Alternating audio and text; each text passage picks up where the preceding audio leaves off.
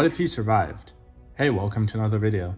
So today we're going to be going into what would have happened if APOPHIS survived his crash into Delmak. But before we begin, please be sure to like the video, subscribe to the channel, join the Sith Citadel Discord, links in the description, and consider becoming a join member or sending a super thanks if you wish to further support the channel. Otherwise, let's jump straight into it. At the center of his destroyed ship, buried beneath the rubble, lay APOPHIS, broken but very much alive. The crash of his flagship had been catastrophic, and his personal ship had taken the worst of the damage. APOPHIS had been thrown across the ship's bridge as it spiraled towards the surface of Delmak, with the last thing he remembered being the sharp, violent jolt of the impact. But he was not dead. APOPHIS was never meant to die, not by a simple crash. His mind, however, swirled with disorientation. His body screamed in agony, the broken bones and internal injuries making every breath a struggle. Yet the gold was not a creature to succumb to weakness. He could feel the presence of his symbiote, still intact, still alive, but very weak. It was struggling to mend the body, but there was only so much it could do. APOPHIS needed more. He needed to recover quickly, to rise from this disaster stronger than before. His ambition was too great for him to simply die here. The remnants of his Jaffa stood around him, waiting for their god to rise again. "Lord APOPHIS," one of them said, kneeling beside his fallen leader, "we thought you were gone." APOPHIS's eyes snapped open, glowing with the golden light of a gold. His gaze turned to the Jaffa, filled with both fury and a fierce desire for revenge. "I am not dead," he rasped, his voice hoarse but powerful, "and I will make those responsible pay." The Jaffa, seeing their god's eyes, felt a renewed sense of purpose. They had seen APOPHIS in his glory before, but they had never seen him in such a state of desperation. The survivors quickly began to work, hauling wreckage away and using their limited technology to stabilize the fallen god, to heal him with whatever remnants of power they still had at their disposal. Back on Earth, SG1 was celebrating a hard-won victory. They had just returned from a mission on P3X666, and for once, they were feeling the satisfaction of a job well done. The threat of APOPHIS, they believed, was behind them. His death had been the end of a long struggle, one that had stretched for years, through countless battles and countless losses. But they could not know that APOPHIS' story was far from over. It was late at night when General Hammond received a distressing call. A transmission coming from a hidden gold relay on Delmak had been intercepted. The message was garbled, but there was no mistaking the name that echoed through the static. APOPHIS lives. Hammond's heart sank. For years, Earth had fought against the false gods of the gold, and APOPHIS had been the most dangerous of them all. But the death of the System Lord should have marked the end of that chapter. But now it seemed the nightmare had continued. "I'll assemble SG1 immediately," Hammond said grimly. "We need to prepare for the worst." Weeks passed, and APOPHIS' condition slowly improved. The wreckage of his Hatak had been cleared, and with the help of his Jaffa, he was able to rebuild. The pyramid that had once housed his throne room was being reconstructed. His power was not yet what it had been, but he was learning to rely more on just his strength. The loss of his ship and his armada had been catastrophic, but his mind was still as sharp as ever. APOPHIS had a plan. He would reclaim his position as the Supreme System Lord of the Galaxy. He would rise from the ashes of his near death and crush the Tauri and their allies beneath his heel. The first step in this plan was simple: rebuild his forces. But that would take time. The Jaffa who survived the crash were few, and their loyalty had been shaken by his apparent death. APOPHIS could sense the weakness in their hearts. They were afraid. Fear was a tool he could use. "Bring them to me," APOPHIS commanded one of his surviving Jaffa. "Let them see what a true god looks like." The Jaffa brought in the prisoners, those who had once been loyal to APOPHIS but had fallen out of favor, those who had sought to betray him in the past, and those who had once fled his service. One by one, they were brought before him in the heart of the ruins. The sight of APOPHIS, alive and well, sparked a new flame of fear in their hearts. They had heard the stories, the whispers of his return, but seeing him, standing there before them, was something far more terrifying than any rumor. "You have failed me," APOPHIS said coldly, his voice like ice. "You thought me dead, but now you see I have returned. Your betrayal shall not be forgiven. You will either die or serve me again." and I will make your lives misery before you do so." One of the Jaffa, a former high-ranking officer, stepped forward, his voice trembling. "My lord, I thought you had perished. We could not know, but I would gladly serve you again, if you would have me." Apophis considered the man for a long moment before giving a slight nod. "You will serve me," he said, "but you will prove your loyalty first." The Jaffa bowed deeply, his eyes filled with both relief and horror. Apophis was testing him, but there was hope. He was alive. The others followed, each kneeling in a mixture of fear and reverence, pledging themselves to the great god once more. With his Jaffa assembled, Apophis turned his attention to a new mission: vengeance. It would not be long before he gathered enough strength to take on the Tari, to take on SG1, and to reclaim his rightful place as ruler of the galaxy. Back on Earth, SG1 was preparing for the worst. The messages from Delmak had grown more frequent, as they had begun to make contact with other systems, warning them of Apophis's return. With little time to prepare, General Hammond had authorized the formation of a special task force to counter Apophis, with SG1 at its helm. The team met in the briefing room, gathered around the table as they reviewed the information. Carter was already at her console, running simulations on the computer, while Teal'c stood at attention, his gaze unwavering. "He's alive," Colonel O'Neill said, his voice grim. "We knew he wouldn't go down that easily." "He's not just alive," Daniel added, his expression tight with concern. "He's been rebuilding his forces. We need to prepare for an all-out war." Hammond entered the room with grave expression. "I've just received word from the Tok'ra. Apophis has not only survived, he's actively recruiting more Jaffa. We need to move quickly. He's already begun assembling an army, and it won't take long before he's ready to strike." "We need a plan," Jack said, his usual sarcasm replaced by the seriousness of the situation. "We have one," Hammond replied. "We're going to take the fight to Apophis before he can take it to us." The countdown to war had begun. The fight against Apophis was far from over, and this time the stakes were even higher.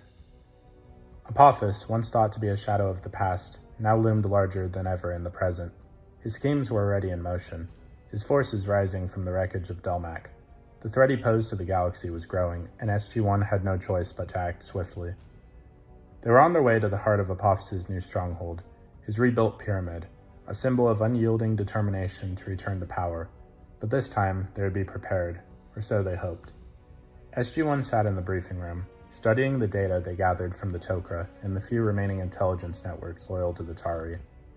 Carter's face was drawn with exhaustion, but her eyes were sharp, every calculation running through her mind. Teal'c stood with his arms crossed, his expression stoic, while Daniel, as always, was consumed by the details of their mission. "Apophis is no fool," Daniel said, looking over the data. "He's using Delmak as a staging ground, but he's not going to stay there. He's already making moves to re-establish alliances with other system lords.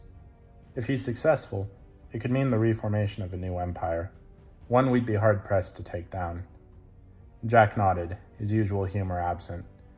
"I don't need to tell you how bad that would be, right?" "We can't allow him to unite the system lords," Carter said, her fingers flying across the console as she ran through the tactical options. "Once he does, the galaxy will fall under his control again. This is our chance to strike before that happens. We need to break his alliances and destroy his forces now, before he has a chance to regroup fully." "I agree," Teal'c said, his deep voice cutting through the tension. "Apophis must be stopped, now more than ever." "Then we better get moving," Jack said, his voice firm. The mission was set. SG1, along with a small contingent of the Tok'ra and other allies, were ready to deploy. The plan was simple but dangerous.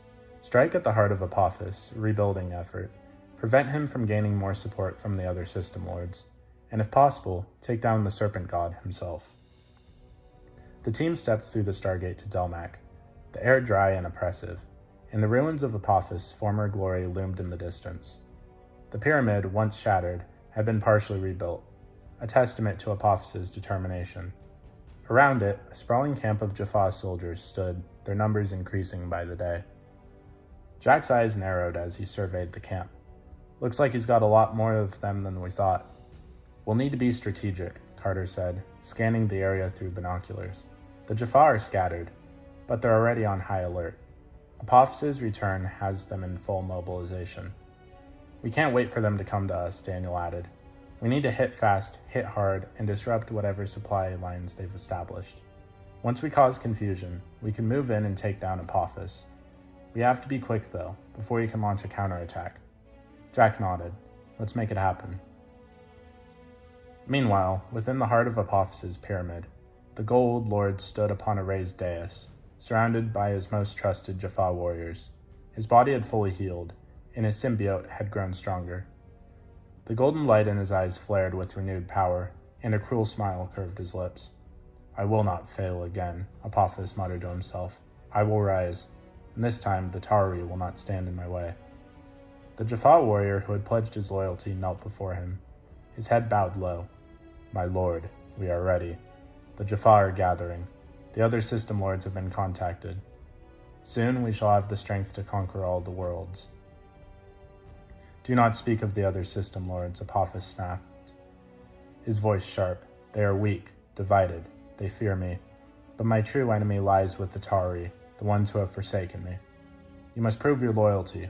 We cannot afford to fail now. Though trembling slightly under Apophis's gaze, the Jaffa raised his head with renewed determination. We will not fail, my lord. I swear it. Apophis looked down at the kneeling warrior, his gaze piercing. You'd better not, he said ominously. You will serve me or die. At that moment, the sound of an explosion reverberated through the pyramid, shaking its very foundations. Apophis's eyes blazed with fury. They've come, the Tari. They think they can destroy me. Prepare yourself. We will crush them underfoot. SG1 and their allies had made their move. They struck at the Jaffa positions, using the element of surprise to their advantage. A barrage of P-90 fire tore through the air as they stormed through the outlying camp. The Jaffa, still unprepared for an immediate assault, struggled to regroup as the Tari advanced with military precision. Keep pushing forward, Jack shouted, his voice steady over the comms. Carter, take out that cannon over there. Teal'c, watch our six. Carter and Teal'c moved in sync. Carter planted explosives near a Jaffa artillery cannon, while Teal'c neutralized a group of warriors coming from the east. In the chaos, Daniel and Jack made their way towards the pyramid. They could see the massive structure in front of them, its once magnificent walls now a fractured silhouette against the darkening sky. We're close, Daniel said, his voice tense. I can feel it. They reached the base of the pyramid and entered through the cracked entrance. As they moved through the darkened halls, they came upon a massive chamber filled with burning torches, the air thick with incense. It felt like Apophis had turned this place into a temple again, though no longer to his godlike persona, but to vengeance and power. Then suddenly they heard it, the hiss of a gold voice, cold and mocking. Do you really think you can stop me, O'Neill? Apophis's voice echoed through the chamber. I am beyond death. You are nothing. Jack's grip tightened on his weapon as he moved forward, Daniel at his side. We've heard that before, Apophis, and look what happened. The final confrontation between SG1 and Apophis unfolded within the heart of the pyramid. Surrounded by his Jaffa warriors, the battle was intense, but the tide had turned. The Tari were relentless, and Apophis, though strong, was not invincible. The Jaffa, who had proven loyal, fought fiercely beside his god, but the presence of SG1 led by Jack O'Neill and Teal'c proved too much. In a moment of weakness, Apophis was distracted, and Jack seized the opportunity. Now, Teal'c, he shouted. With a swift move, Teal'c shot his staff weapon directly at the heart of Apophis's throne, channeling all of his strength. The blast of energy coursed through the chamber, striking Apophis directly through the chest. For a moment there was silence. Then Apophis's body fell to the ground with a deafening thud. The once immortal god, the serpent who had nearly destroyed Earth and its allies, was no more.